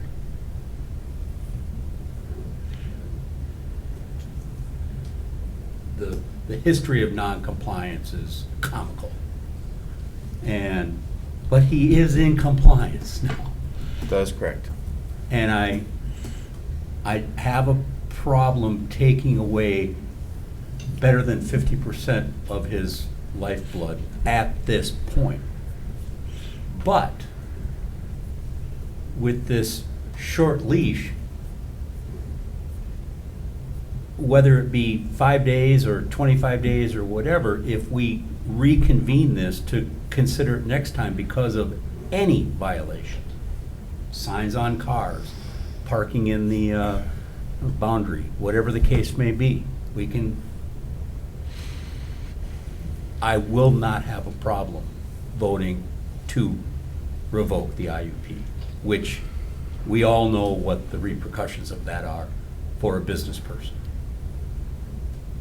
As does the business owner. I'm just not prepared to move forward. And if it is to continue this meeting until such a time that happens, so be it. Whatever is the proper way to do it. But that's me. I'm one of 5. I'm just telling you where I sit right now. Councilmember Francis, excuse me. My question is how, we have the settlement agreement, there's been the 3 violations, we've given a million chances. At what point are we going to say enough is enough? I feel like we're being used. You know, I had personal repercussions from the lawsuit. I don't forgive and forget very easily. And now we're saying, well, it's okay, you don't have the for sale signs in the cars, we'll wait until you screw up again. I'm not willing to do that. We've given so many chances, and we haven't been met on any of the deadlines. If we were in school and you don't make the deadline, you fail the class. I want to frame this in a way that my brain can kind of get my arms around this. Kurt, Collision Corner and the city spent a lot of time in court, in mediation, and agreed, I thought, collaboratively, to a set of conditions to help you run your business. I'd like to see all of those conditions to the letter carried out and followed. And we're not quite there yet. We're close. And I give you credit for the stuff that you've done. But let's go and comply with what we told the judge we were going to agree to do. I'd like to assume that you have as much interest in being in full compliance and staying in full compliance as we do as city officials. The history of noncompliance over the decades is atrocious. I don't want to see that going forward. Can't we just agree to what we agreed to do in court? Follow the compliance, always be in compliance, and always stay in compliance. I don't know why we can't do that. It's frustrating. I think you're hearing frustration here. But it seems like that's a very easy thing to do, that we stood in front of a court judge and said both parties would do. I don't want us to get to the point where the only alternative we have is to revoke this IUP. I personally think keeping it open so that you know we're serious about holding up our end of the bargain is as important. Now show us you're willing to do it by getting in compliance and staying there.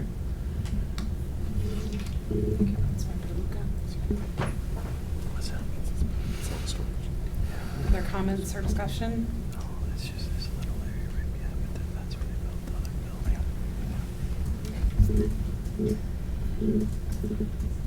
I think the consensus of what I'm hearing is there's a desire to continue to move forward with a valuable business in town, but we need to live by the settlement agreement that was made and follow it, and we don't want to be back here again. Is that what I'm hearing? Mm-hmm. In order Can to we keep move this this, up? Oh, sorry. yeah, in order to move this forward, and as the attorney said, we have the ability to do this, I would move that we table the revocation until the November meeting, readdress it at that point if there are violations, or maintain it in a hold status. That sounds like we're thinking there's going to be violations. I'm saying the challenge I gave Collision Corner a few minutes ago was finish and get in total compliance, stay there and maintain it. And because of the history, I want to see a month or two of being able to do that, not a day or two. Okay, Mr. Landsman. Motion's on the table. Okay. Okay, there is a motion on the table, but Attorney Landsman would like to speak. Yeah, a few things I just wanted for clarification. The September meeting where we had the public hearing has been closed. Right, it was closed. I just want to make sure on the record that it's known that it's closed. And then with regard to tabling itself, a couple of options. One, if you're looking for a check-in, nothing's wrong to table it to a date certain so that you can bring it back in the agenda and remove from the table. Or you can just have it tabled and bring it back at a certain point whenever you feel like it should be brought back to the agenda. Well- You don't have to make that decision. You can either say a date where you want to bring it back. Are you So there's willing to no amend your clarify, motion? I'll clarify my motion to be that it will be tabled until such time that staff feels it needs to be brought back to us, Not a period certain. not a period certain. And that sounds like a good. Yeah, plan. because once it's on the table, it's on the table, but I would suggest at a certain point that, I Staff mean, can make that decision. yeah, staff can make the discretion, maybe it's a check-in or whatever, however you want, but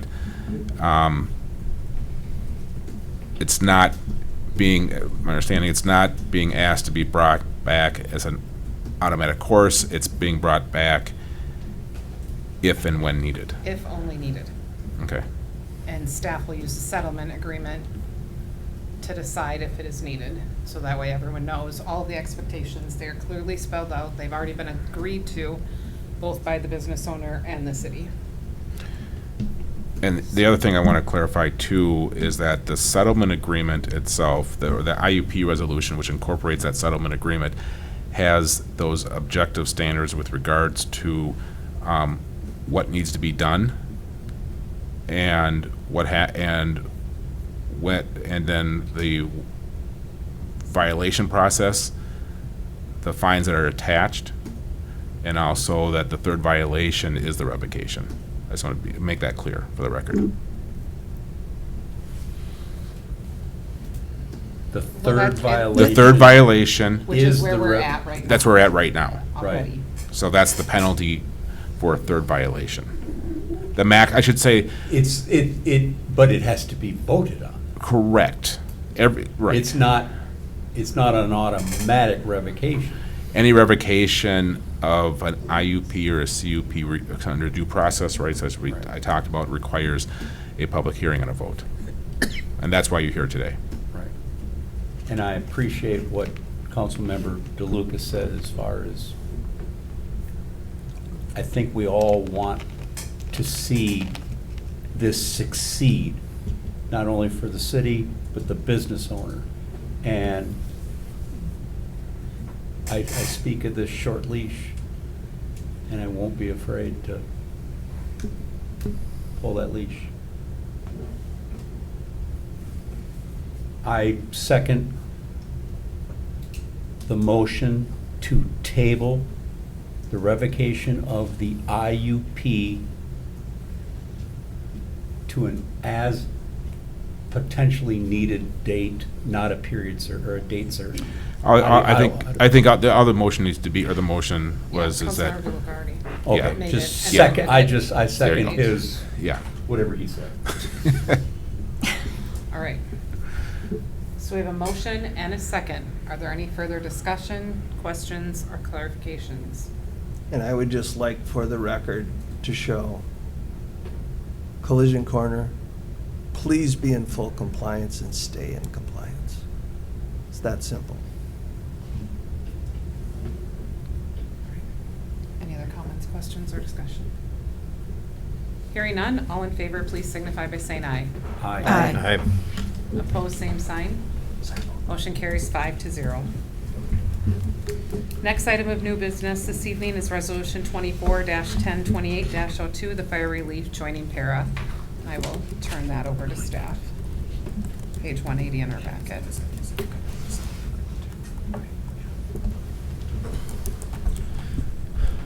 Thank you, Madam Mayor, members of the council. At the September workshop, the council discussed with the fire relief representatives their intentions of joining the SVRF or para for the fire department. They've provided us a copy with the relief resolution and are seeking council approval. This would bring the benefit level to 4,300 and would begin on January 1st, 2025. And that is Resolution 24-1028-02. Any questions for staff regarding this? And just to be clear, we did talk about this at length at a workshop, and this is coming to us as a request from the firefighters, from our staff. So they have asked for this, and so it is coming with their direction. And the $4,300 per year has not only been scrubbed by the Fire Relief Association, but also the Fire Commission.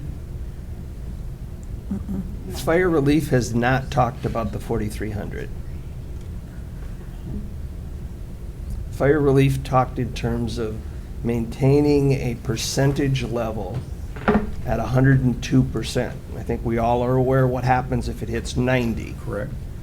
The data that was presented, depending on how you add things in and the timing of when you add them, the para had a data sheet that was in our workshop packet a couple Yep. weeks ago that showed the balance of 4,300 would be approximately 97%. Now you add on some things like some 2% money depending on when you take the snapshot of it.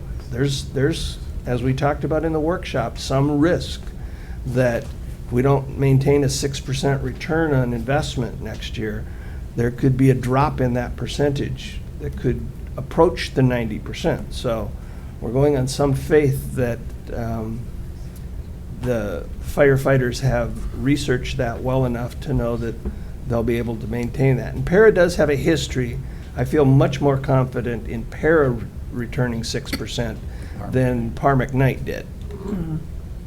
And the two firefighters that came and presented did not express any concerns at all No. that I sensed when we directly asked about that, so I have no hesitation with this change. And note that that 90% threshold would be a mandatory city funds dump to bring it back up to compliant. Okay.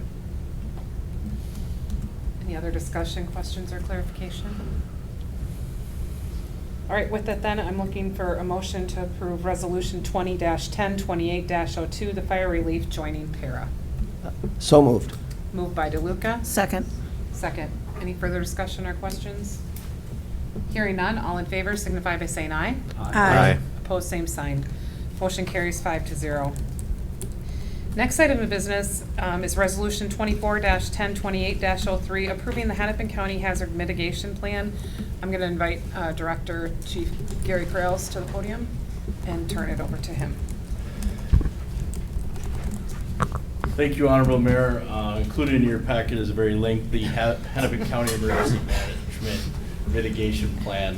As your Emergency Management Director, I was asked by Hennepin County Emergency Management to identify the county's major hazards for both the cities that I provide that role to, the City of Maple Plain and the City of Independence. I've completed this assessment in the past, and I've done it in 2015 as well. This is a request to review the mitigation plan for the City of Maple Plain. Purpose of the plan was to identify the goals, recommended actions, and initiatives for each jurisdiction within the county. The goal is to reduce and to prevent injury and damage in the event of a hazardous event. It's intended to provide unified guidance for ensuring coordination of recovery-related hazardous mitigation efforts following a major emergency disaster, such as a tornado that comes through town, a severe wind event, flooding, any of those emergency management disasters. The goal of this plan is to implement an ongoing comprehensive countywide hazard mitigation strategy, which is intended to reduce the impact of loss of life and property damage due to these natural disasters. Every emergency management director and everybody in each city throughout all of Hennepin County all had to do this. The review and updated plan was provided to Hennepin County Emergency Management and both city administrators in December of 2023. It was presented to the Police Commission on December 13th, 2023.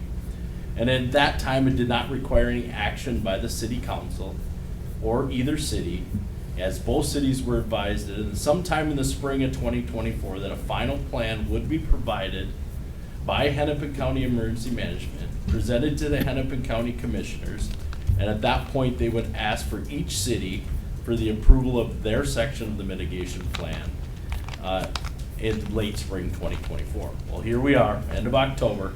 That late spring of 2024 has come, and now the Hennepin County Commissioners, Hennepin County Emergency Management is asking for you to approve the Hennepin County, your section of the mitigation plan for the City of Maple Plain. Attaches a sample resolution that Administrator Colander put together, and I'd be happy to answer any questions in regards to it. It's a lot, I understand it. I just want to say the redacted version was 250 pages. Exactly. So the hours and days and weeks and time you've spent reading this in Yeah. detail for our safety is much appreciated, and we are fortunate we have staff that we can rely on and trust to go through this with a fine-tooth comb, because I skimmed it, so I'm not gonna lie. Yeah. Second time I skimmed it, so. Comments, questions for Chief? Just thank you. All right, I am looking for someone to move Resolution 24-1028-03, approving the Hennepin County Hazard Mitigation Plan. I'll make that motion. Motion by Councilmember Burek, Second. Second by Councilmember DeLuca. Any further questions, discussion? Hearing none, all in favor, please signify by saying aye. Aye. Opposed, same sign. Motion carries 5-0. Next item of business to come before us tonight is Resolution 24-1028-04, Hennepin County Youth Baseball and Softball Grants, and I'm going to turn that over to our Assistant City Administrator, Mr. Larson. Thank you, Madam Mayor and honorable council members. We recently learned about the Hennepin County Youth Baseball and Softball Grants. These grants provide support to youth baseball and softball programs, specifically with facility improvements. And there's two areas that, after talking with staff a little bit more in detail, there are two areas where the grant could directly impact our area. The first that we thought of was upgrading the Don Tempe field scoreboard and then adding additional bleachers to the softball field at Veterans Memorial Park. Along with that, the total cost for this would be $20,139.15.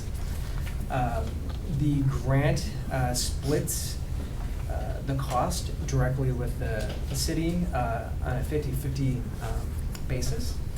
And city staff recommends applying for the Hennepin County Youth Baseball and Softball Grant to help improve the Veterans Memorial Park. And for the grant to cover 50% of the total projected cost, and the other half would be coming from the City of Maple Plains Capital Improvement Plan. Thank you for your work and the work on this grant. I'd like to also mention that we would talk with the Diamond Devils, the Baseball Association. I know they have been saving money and have requested the new scoreboard, so I think there might be an opportunity for partnership with them, in particular with the, so I mean, we can work out all the details. I mean, I think anytime we can get a grant and improve our parks, that we should definitely take advantage of those opportunities.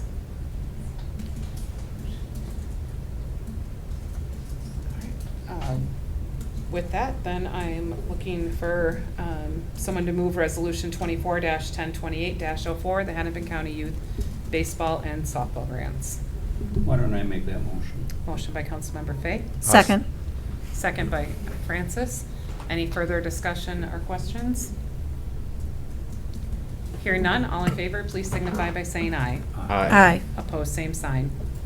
Motion carries 5-0. Next, we have another resolution before us tonight. This is Resolution 24-1028-05, declaring our street project costs to be assessed. I will turn this over to our city engineer, Mr. Martini. Thank you, Your Honor, members of the council. We're at the point in the project where we have a couple action items we need to take to keep the process moving along with being able to assess portions of the project cost. In your packet, you just have a kind of a summary of some of the steps that have been taken so far, dating back to August of 2023, when the feasibility study for the project was authorized. It was this spring when we awarded the construction project to Keekly Construction, and in May when you approved the project financing.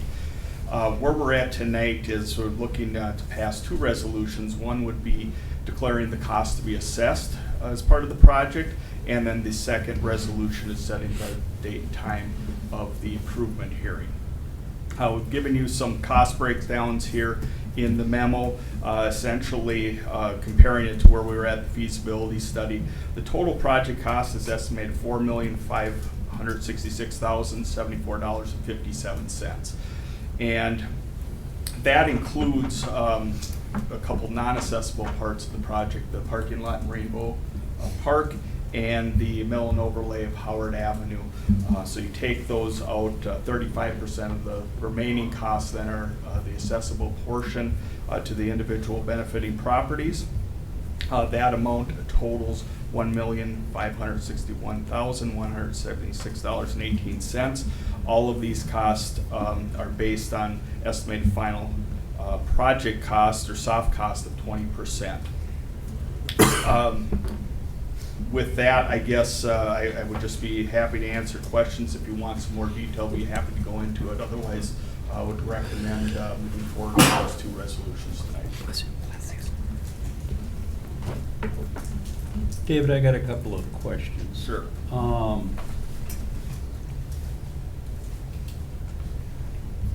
The chart that you put together with the proposed assessments based on street, sewer, and water.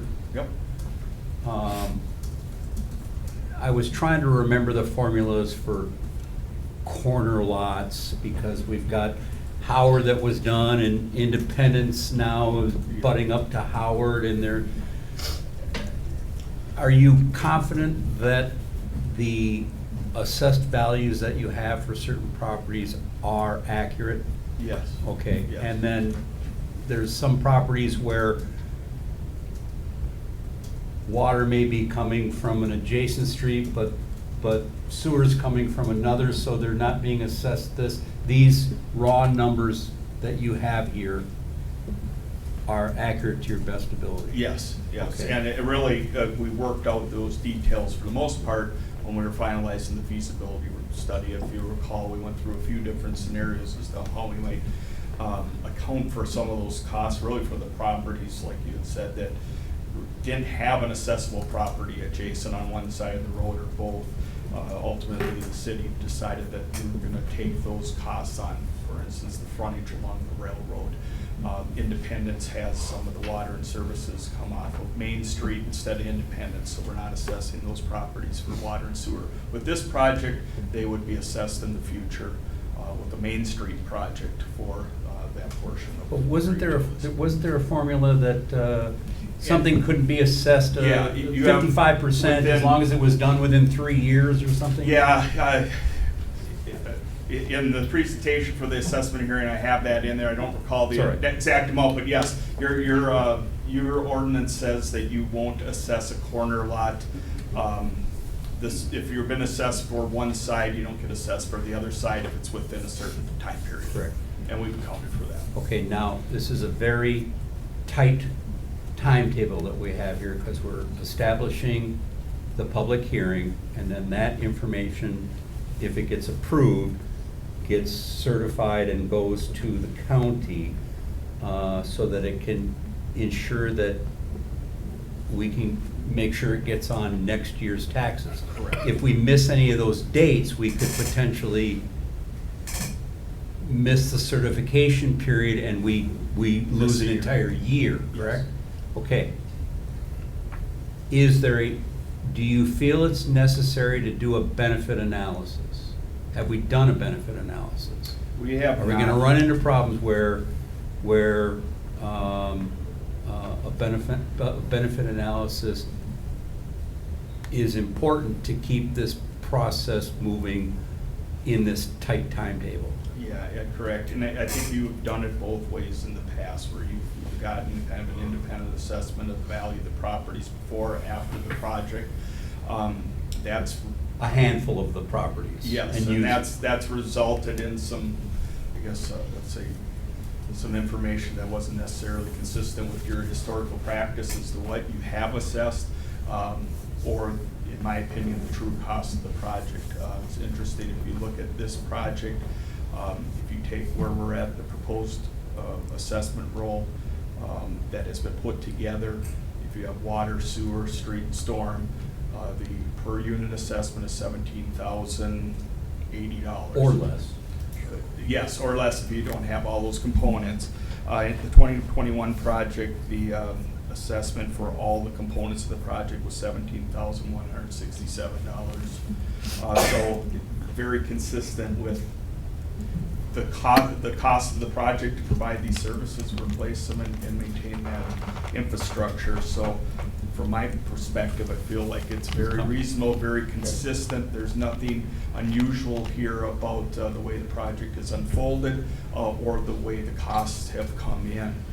In part, one of the biggest challenges we had was trying to decide with that frontage that we had that was kind of unaccounted for, the railroad, these frontages for water and sewer that didn't have service being provided.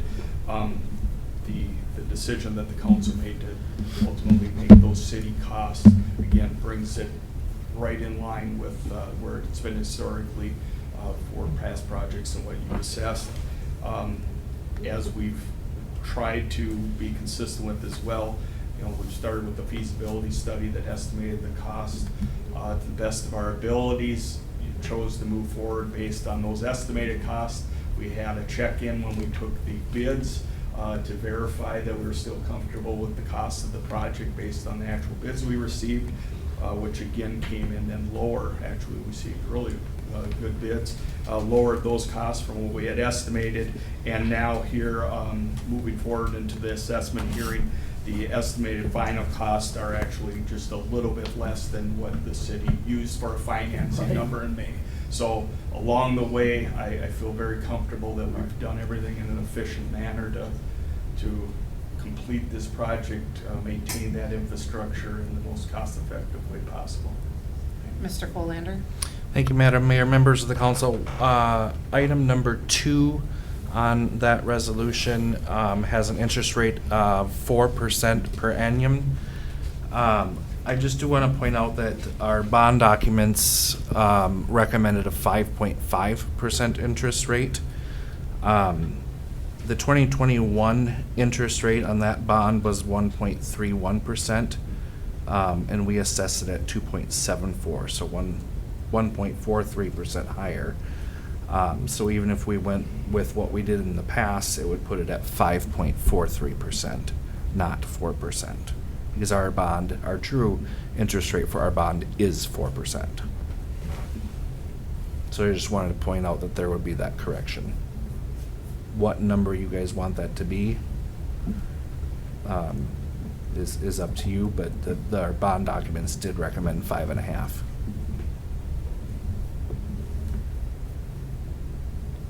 So our bond documents, so for clarification, our bond documents for this year, 2024, are recommending 1.5, and then in 2021, we did 1.43. Correct.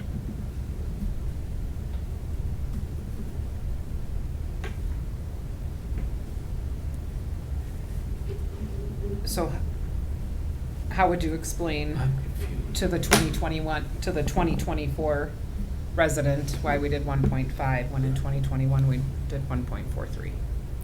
Just asking. Well, the interest rates are higher. Right. Costs are higher. Okay. Than they were in 2021.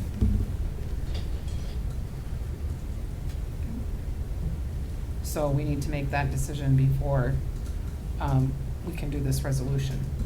Correct, that number is part of Because the in resolution. It says 4. Part of the resolution, I would say that, when you approve the final assessment roll, the terms after the public hearing, if for some reason you decided to use a different number, you could, I would assume, as long as it is less than what you approved tonight. You don't want to approve 4 and increase. So if we were to change this in this resolution to 5.5%?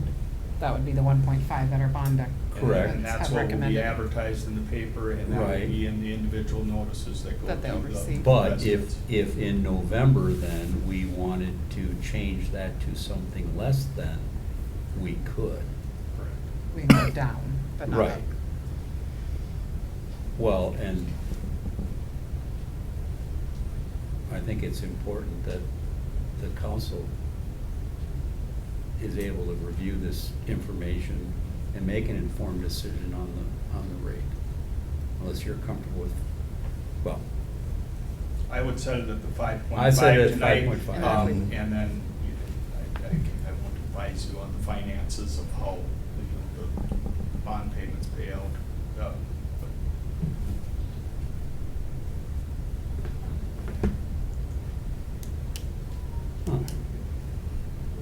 Typically, what I've seen is that number is usually 1 to 2% higher than what you bonded for.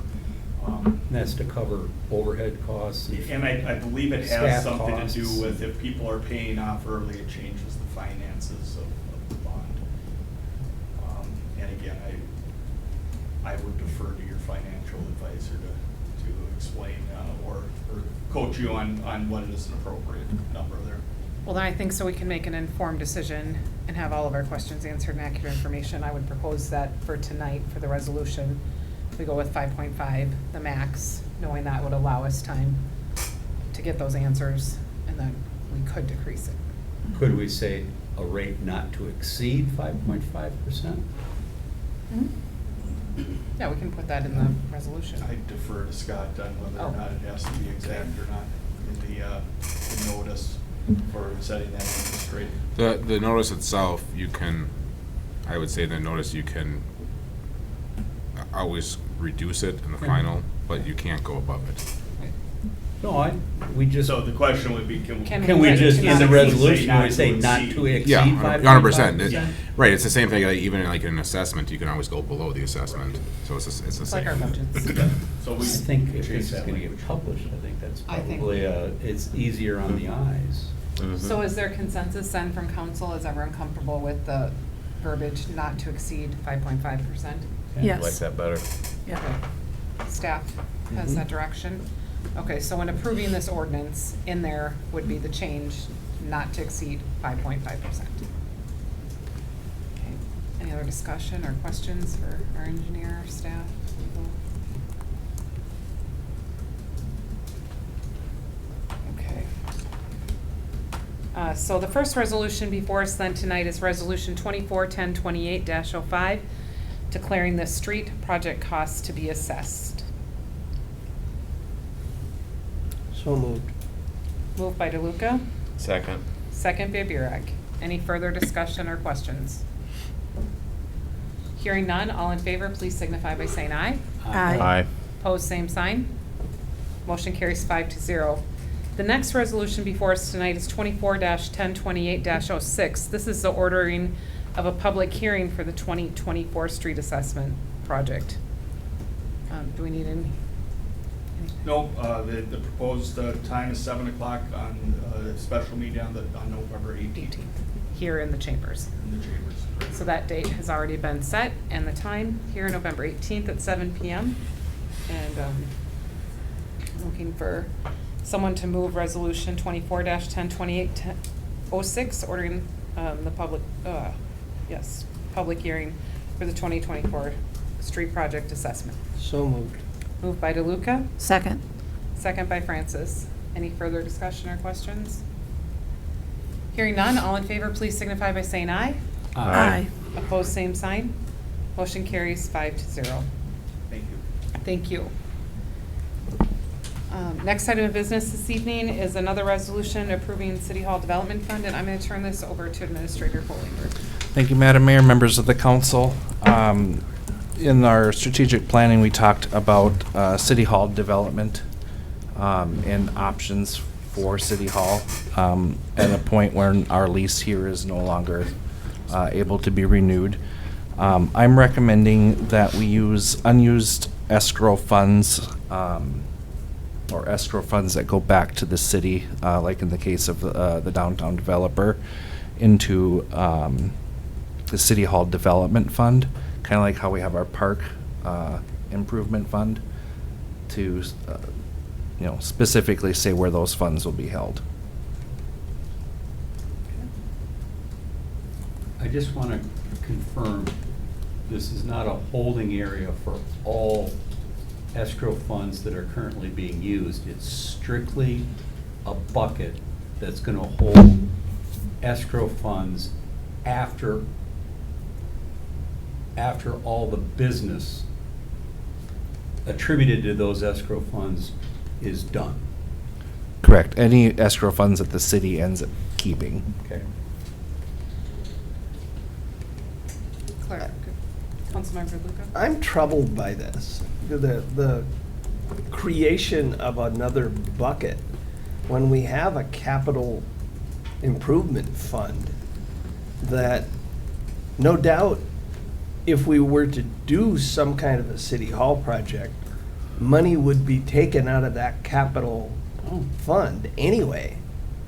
I don't know why we're creating yet another layer. I haven't heard a good argument why designate that versus just taking this 10,000, put it in the capital improvement to be used at whatever time we do whatever capital improvement this council decides. I think I can see it both ways. I mean, like, we have a park dedication fund. That's just for parks. This would be just for City Hall, which we know eventually we're going to need to make a decision about our future. So this would be set aside just for that, where the capital is more general.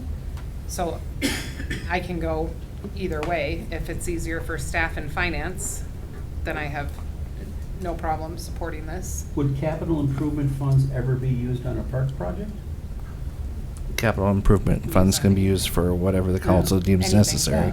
But those are designated because they were donated for that, you know, from either gambling or parting the park or other things. So if you put it in capital, it can go anywhere for improvement. Or planning for a new city hall? Which, like I said, Did this come from Abdo? Did they make this recommendation? No, that's my recommendation. other questions, comments?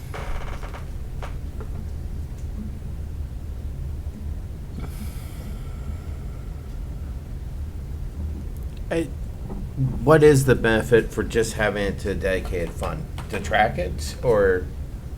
It's an easy way to track it, the funds that are going in and out of it. Okay.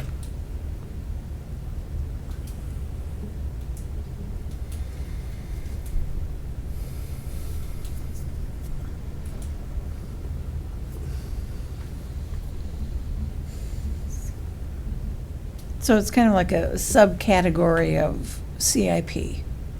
Yeah.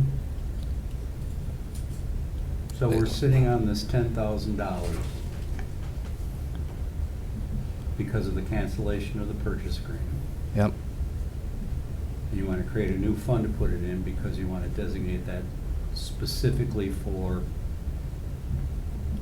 City Hall. City Hall? I don't care. One additional line item.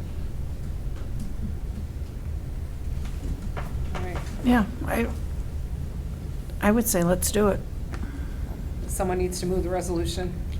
I will make that motion.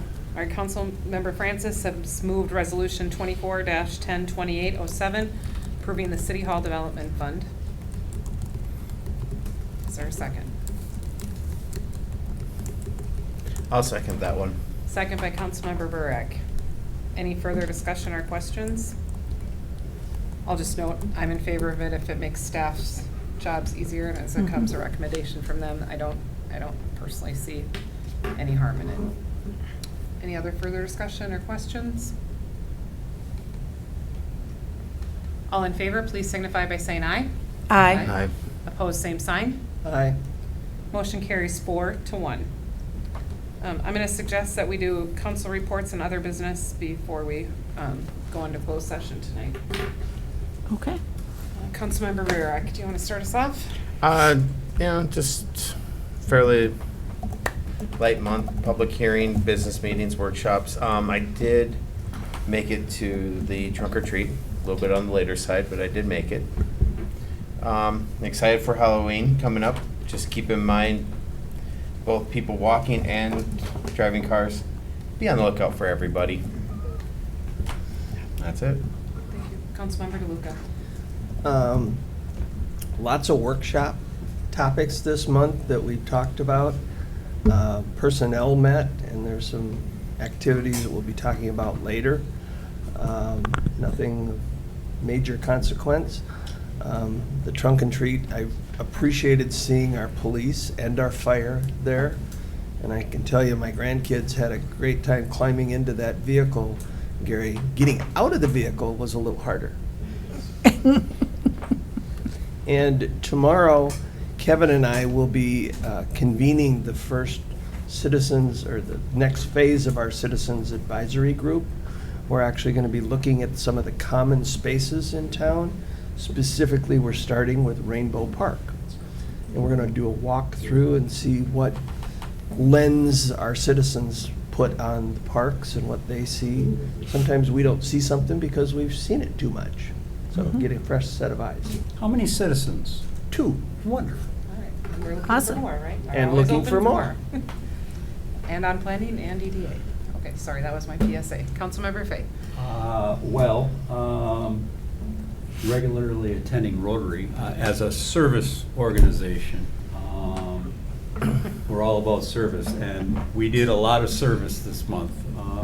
Many hours doing service work out at Camp Ittahope. It's a kind of an annual thing that our club does, cleaning and building and maintaining their grounds. This time of year, it's nice to get out and get your hands dirty. Attended a pair of fire commission meetings the chief mentioned earlier, plus the fire department open house.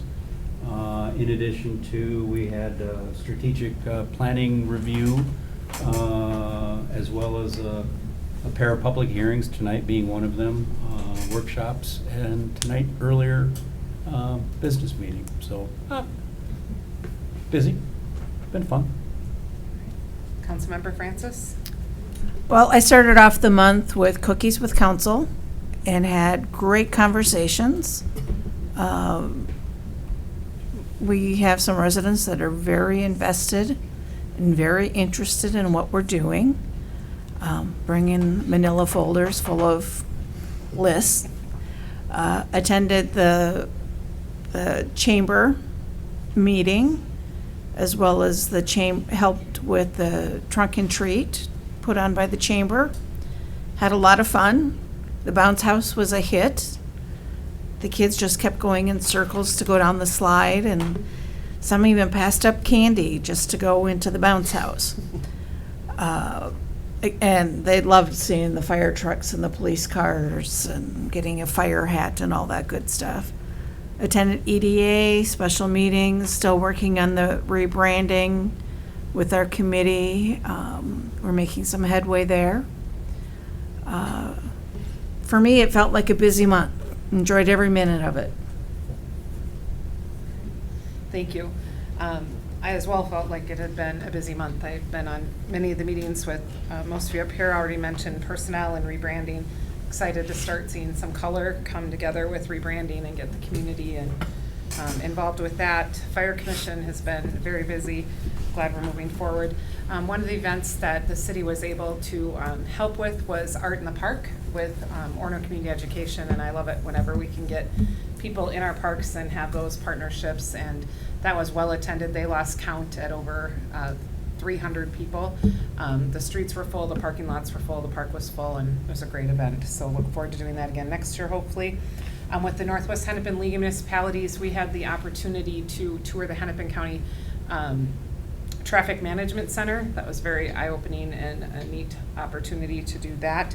The LMC board meeting, continue to work on that and policies as there's a lot going on. Rotary, as Councilmember Fay said, has been lots of service, and if anyone needs to know how to put a Gaga pit together, Councilmember Fay has conquered that and will save you a lot of gray hair.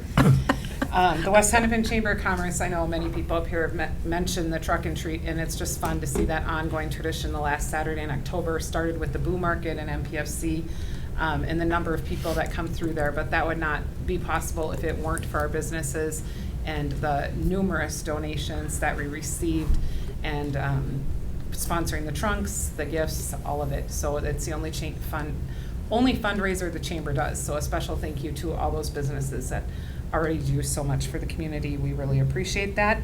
And do need to remind everyone that Tuesday, November 5th is Election Day, so get out and vote, or get out and vote early. Also, we will not be meeting before Veterans Day, which is Monday, November 11th. There will be a community program which is being co-sponsored by the Orono Rotary and Orono High School at 8:30 in the morning. All of you are welcome and encouraged to come to that. Our own Paul Stinson Post will be there to present the colors as well. There'll be a speaker, a band. It's a really nice program. We encourage you to come out and honor our veterans. And then November 12th will be our next official meeting at 5:30 p.m. We'll meet down here and we will canvass the election. That is a Tuesday, since November 11th is Veterans Day. So, any other business or reports to come before us this evening? Okay, with that, we will go back to item 10, which is pursuant to Minnesota statute 113D-.5 subdivision 1. The meeting is being closed to discuss personnel and medical data of an employee. So at this time, I am looking for a motion to go into closed session. So moved. Moved by Councilmember DeLuca, Second. second by Councilmember Burak. We'll be entering closed session at 9:10 PM, and at this time, all visitors will be asked to leave, so thank you for being here. Do you need me? All right, we have come out of closed session at 9:24 PM. With that, that concludes all the business before us this evening, so looking for a motion to adjourn. So moved. Moved by Francis, Second. second by Burak. All in favor, please signify by saying aye. Aye. All right, the ayes have it. The meeting is adjourned at 9:25.